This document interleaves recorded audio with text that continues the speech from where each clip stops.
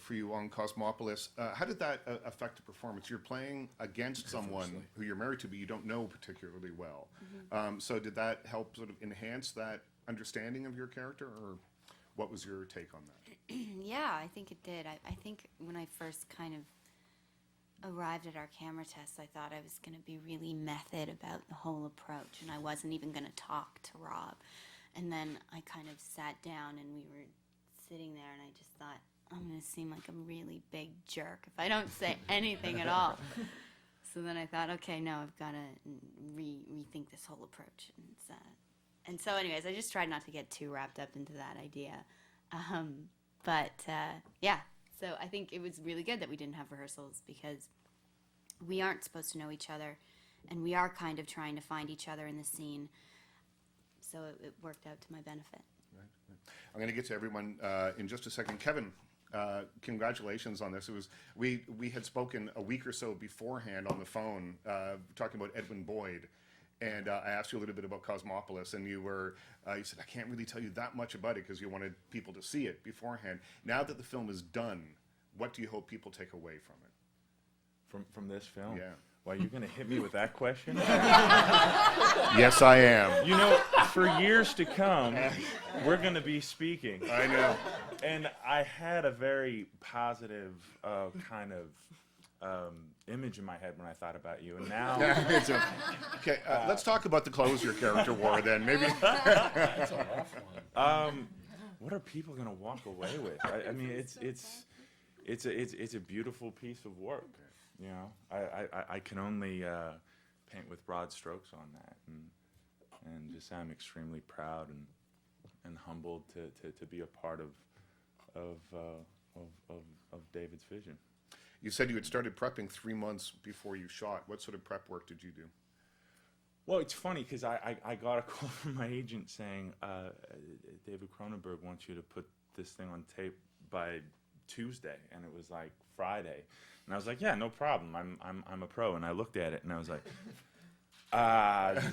no, I'm shooting another movie. And myself and my friend Joseph Cross, we were doing Citizen Gangster at the time, and he had a Steven Spielberg audition, and I had a David Cronenberg audition, and we got insanely obsessed, and we just kept running things back and forth and saying, no, that sucks, you're wrong, and blah, blah, blah, blah, blah. Cut to 2 weeks later, and I felt like I cracked the code, and so that's when I sent it, and I thought, I'm too late, and I guess David thought that I cracked it, and I just saw the movie, and I think we did, and it was fantastic. Yeah. No, I do love it. It's a thing that happens now. I mean, actors with your MacBook Air or whatever, you can do a nice little self audition alone at home. Take your time, do many takes, use iDirector to see whether you nailed it or not, and then you send it to me, and I look at it. I say, it's great, just do that. So then I don't actually have to work on the set, and I really like that. I like that Paul did all that work Yeah, it was nice of me, wasn't it? with that Ackerman person. I'm going to turn it to Bruce. I'll start with you. I'm Bruce Kirkland, Toronto Sun. I've become intrigued by actors' fear from your story. and I've heard it for many years from many actors. You articulate it in an interesting way, and I'm curious how you overcame that panic attack you felt, and what you learned from the experience of working with David that allowed you maybe to enter the character of Eric Packer without taking all of that panic into the actual performance. Yeah, I guess that's kind of my process now. I have to go through the motions of feeling like I'm going to have a heart attack for a little while before. But it's something... I know the first scene with Jay Baruchel, it didn't help that I'd chosen to completely remove everything that I could actually use to do the scene where they had these completely tinted out sunglasses and stuff, and the most plain suit you could possibly have. Him stuck in the seat, and then Jay on top of that was so scared he looked like he was going to start crying. and so we were sort of sitting there, like, both of us absolutely terrified.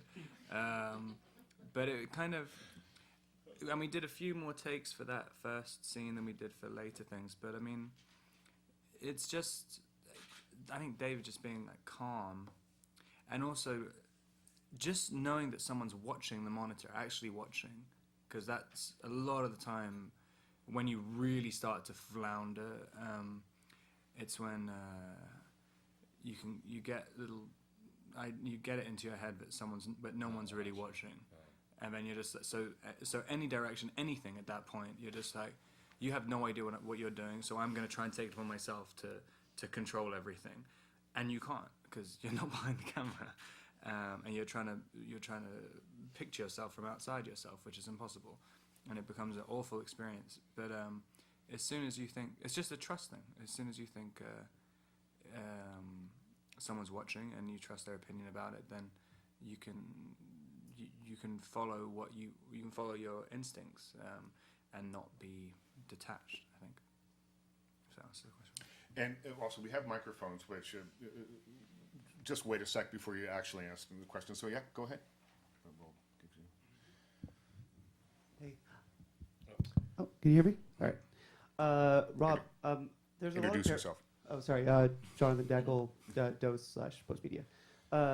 Rob, there's a lot of parallels between your real life and the character. I'm wondering what did you bring from your personal experience to the character, if you brought anything at all?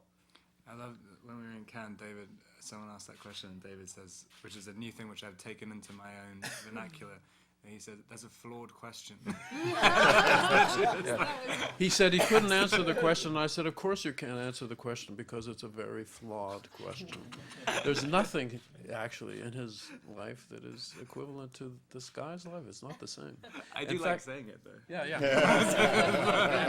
and please do. But No there's- explanation. I'll let him, carry on. I mean, there was one thing, the relationship with Kevin, because it's a very specific relationship, having a relationship with security, and that's one thing which I kind of had an idea about. But yeah, the other stuff, being the isolation stuff, is totally different because he's not. He's chosen his life, so you know. And there's very little resemblance to reality. I don't think. I mean, the giant rats, that's real.